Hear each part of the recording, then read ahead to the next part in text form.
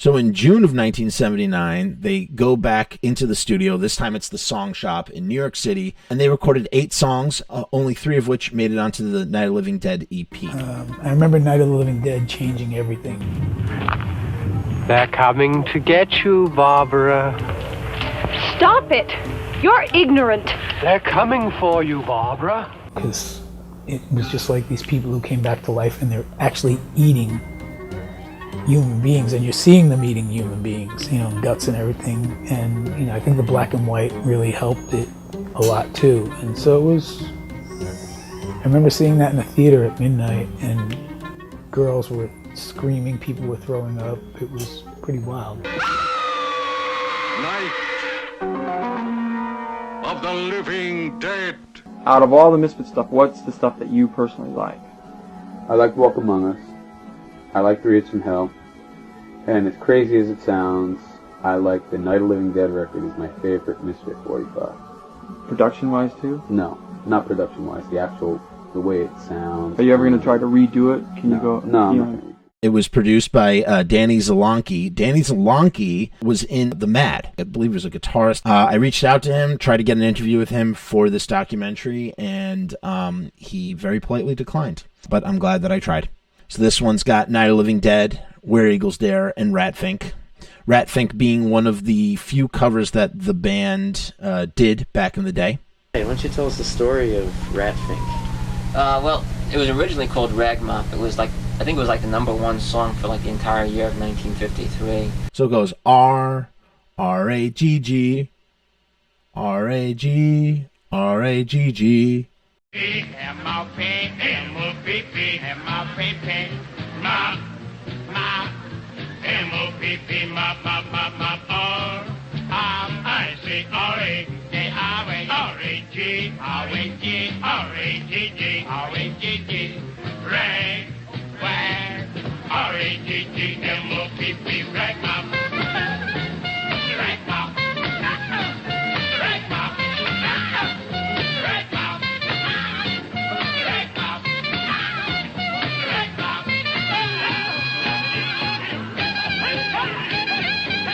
Then in I guess 64, 65, this guy Allan Sherman, who's kind of like a Weird Al of the 60s, had a hit record called Hello Mudder, Hello Fada. Hello Mudder, hello Fada, here I am at Camp Granada. And this was a B-side, and actually Glenn was the one who noticed it first, and he came to practice one day and was like, I got this great song, we gotta do it, and he just showed us the chords, and we just went out and did it, and it was always a real fun song. And Jerry Only.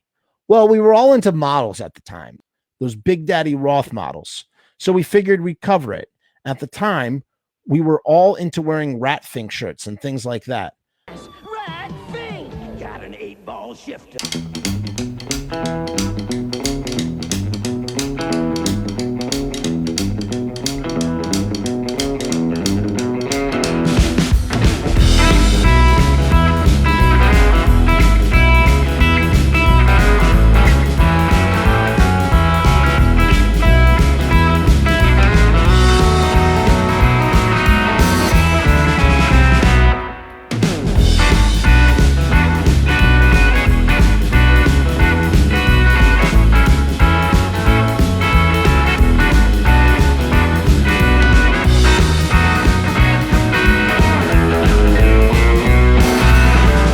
I didn't like that cover that much. It could have been a lot better.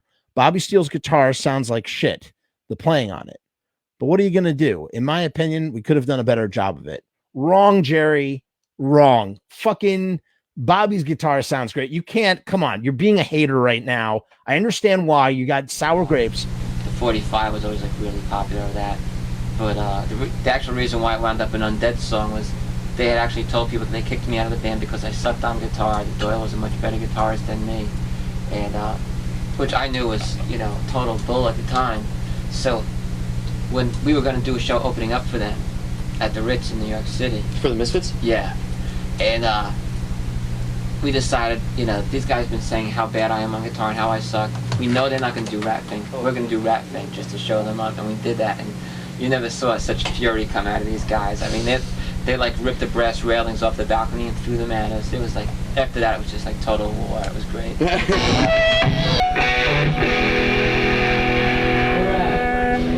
Sing along time. It's gonna be our last song. That's it. Ratfink! 1, 2, 3, 4!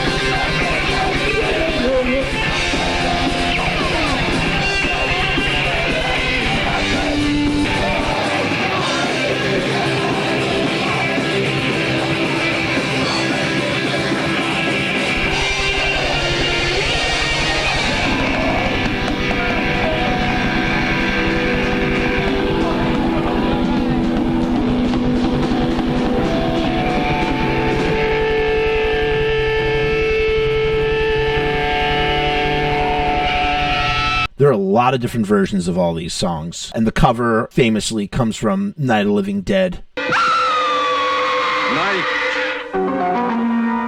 of the Living Dead.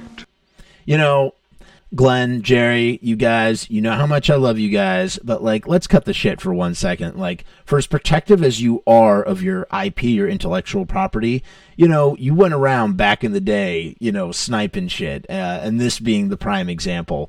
When Barbara walks up the stairs, she sees the mostly eaten face of the previous house owner.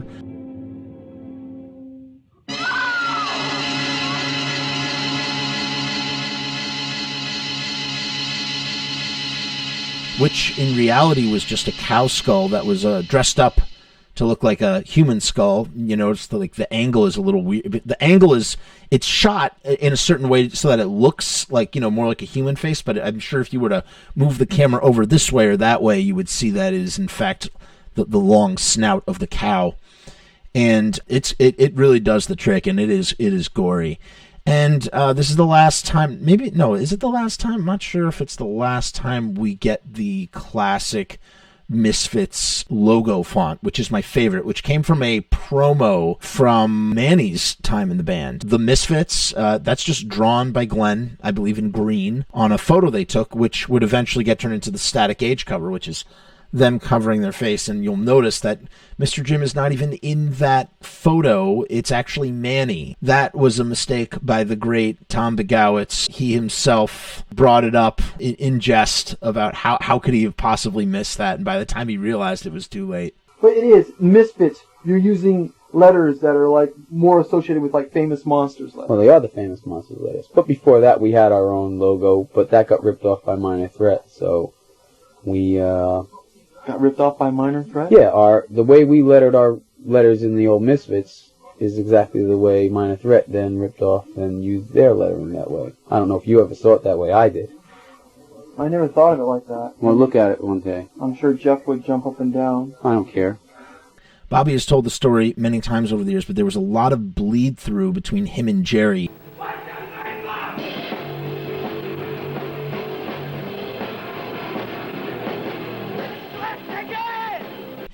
Jerry's bass amp would bleed over to Bobby, and Bobby's guitar amp would bleed over to Jerry. I guess kind of baking everything in together. Punk Floyd the Zine, Halloween, 1993. Jerry had brought his bass amp, which was, I think, like 300 or 400 watts. And they didn't bring an amp for me. They just, you know, expected me to use the studio amp, which was like this 20-watt Music Man practice amp. And we had like no separation between the amps and stuff. And my amp was about 3 feet away from Jerry's amp. So anything that Jerry played just bled right into my tracks and shit. So it was a pretty messy recording.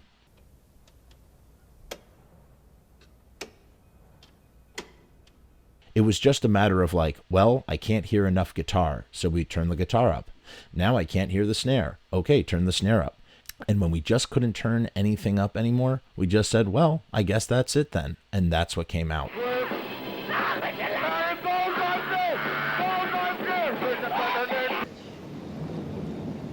This is the tape I found downstairs.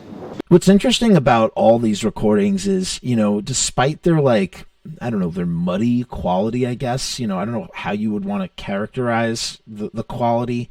They have this like mystical, I'm at such a loss for words for what I'm trying to say. I don't know what I'm trying to say right now. You know what I'm trying to say though. You know what I'm trying to say. Hey, what'd you do that for? It was just getting good.